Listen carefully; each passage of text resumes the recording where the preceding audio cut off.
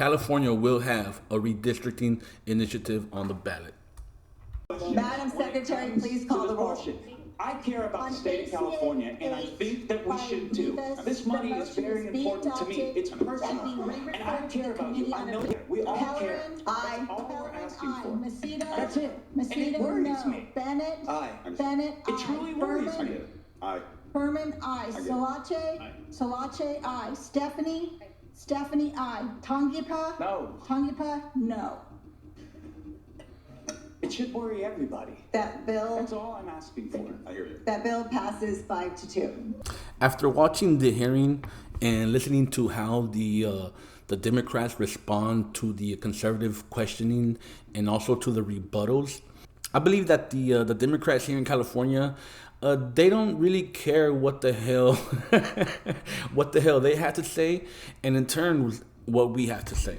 I mean, they can't even respond to a simple and obvious question. A basic question is who exactly is responsible for these maps? Governor Gavin Newsom promised that no special interests or this would be transparent. This would not be done in a back room. Definitely. So we're trying to ascertain in this very short amount of time that you have to deliberate this, who exactly are the maps responsible for? Happening very quickly, and the folks that were drawing the maps went back to the Independent Redistricting Commission's testimony and what they heard during their time when they were deliberating this, and they themselves ran out of time to do the work that they needed to do. We're asking because voters back in 2008 and 2010 took the power away from politicians to draw maps because they did not like that it was an incumbent protection plan. So we just need to know. I mean, that's why we're asking. These are definitely unusual times. We are no longer governing in a democracy. We're governing in an authoritarian government. We are seeing things that we care about California. We have education, food for children, our immigrant community, our LGBT community. They are getting decimated by this administration. This is an all-out assault on California's democracy and the rights and values. So She still didn't answer the question. But you know what? Maybe she needs somebody to ask a question where she's not on defense mode.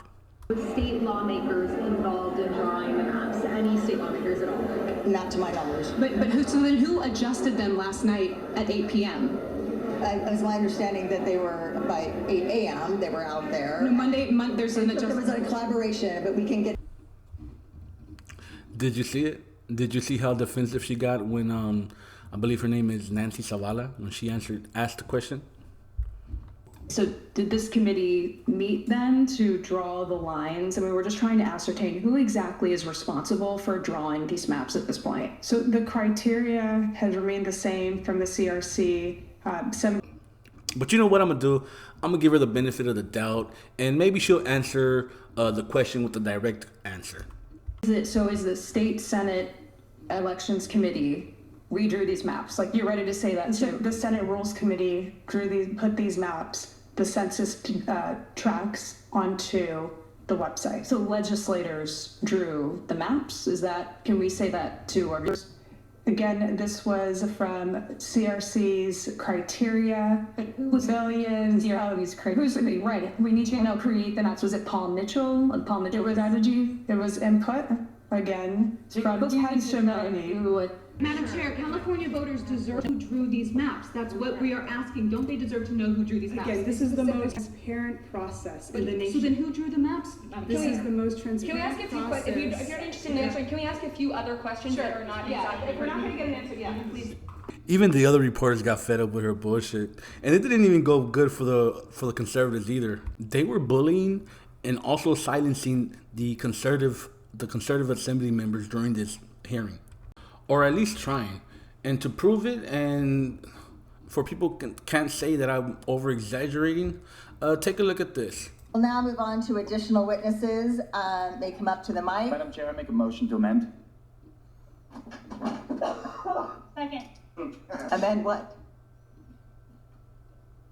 Amend ACA, and I would like that the sergeants pass these amendments out so that way everybody could read them. Give me 1 second, please. So basically, what I'm gonna do is I'm gonna go ahead and skip forward to the time frames where the assembly leader silences these conservative representatives.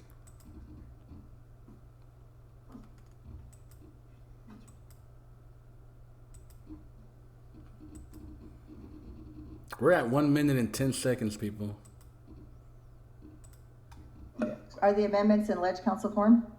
Okay. Right here. Okay.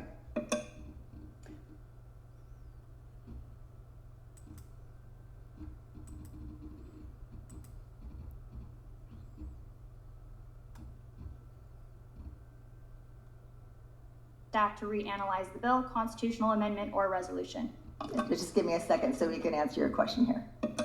That's not me editing, that's them editing them.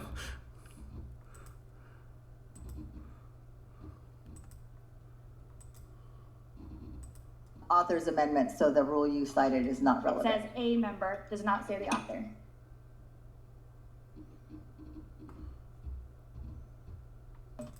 Once again, it's Again, they silenced her. Committee rules are clear that this is related to author's amendments only. These are not being offered by the author of the ACA. this is not clear. Madam Chair. Wow, that's crazy as hell, man. The author is Rivas and McGuire. In section 2, that we authored this. We Actually, prepared this ACA. Okay, give me one moment to answer the question. My ruling is the amendments are not in order. There is a motion on the table.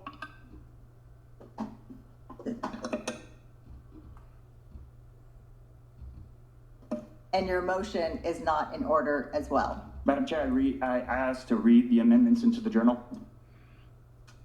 Second. I reject that, no. On what grounds, Madam Chair? My decision. So there's transparency and bipartisanship. Damn, silence again.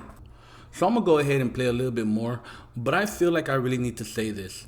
If these assembly members are willing to pretty much shut down the voice of the people and like literally the people of their district, then at some point these same people that supposedly represent Democrats will be willing to silence the Democrat voters.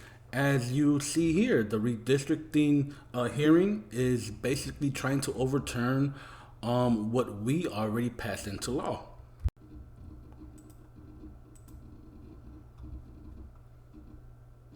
Yes, the Assembly members. I'd like to move the bill for approval. Move that. So let's go ahead and finish it off. Don't forget to comment, like, subscribe. That was that bill was for ACA 8, not for the one that he represented or presented to the to Assembly.